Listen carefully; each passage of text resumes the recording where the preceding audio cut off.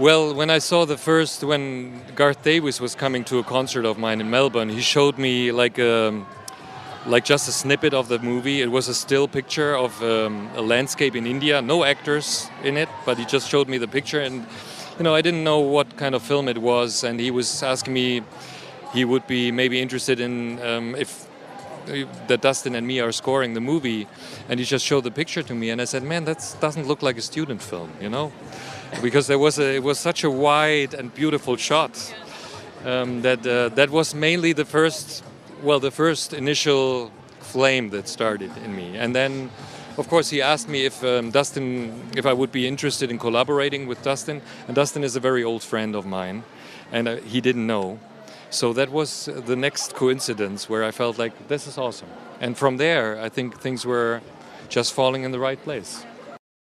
It was great. I mean, the film is two periods in time in a person's life, and in a way, it's two parts of a story. And so to have two voices really, I thought, brought a lot to the film as well. It's a lot of emotional weight to carry for one composer, and it really, when you enter the world, it's already starting in this emotional space. So to carry an entire film and to keep that tension, I think it helped to have someone helping me, and and like we were helping each other and like giving each other feedback on. We had a good time. It really helped because there was times when I was working on the film that I felt really emotional. It's a really powerful story, and there's just days where you just feel like you've gotten hit in the chest, and it's really beautiful, and then you get to sort of get help to get through it. But we're really honored to be part of the film. Yeah. To be quite honest, we were just trying to be very sensitive and stepping back in terms of giving the film a lot of space, but at the same time we wanted to express our emotions. And when you start like crying or you think about whatever, some like your family and home and stuff like that, you can be easily getting into very awkward, like full-on music that you compose. And I think that was the balance that we really tried to find a way of pulling ourselves back and finding a strong expression. And I think that's mainly what we worked on the whole time.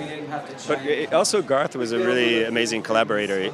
He has an incredible sense of restraint in the process of his film, and I think it really shows. He tried to treat the story really in a very respectful way and not over-dramatize it. I think that biopics can easily go there, and he wanted to keep something that people could really relate to. And I think that all of us were trying to create this feeling that it wasn't we were being swept away in this cinematic story that actually makes you think about your own loss, your own connection, your own family, and that ultimately was the goal, I think, what we were all trying to accomplish.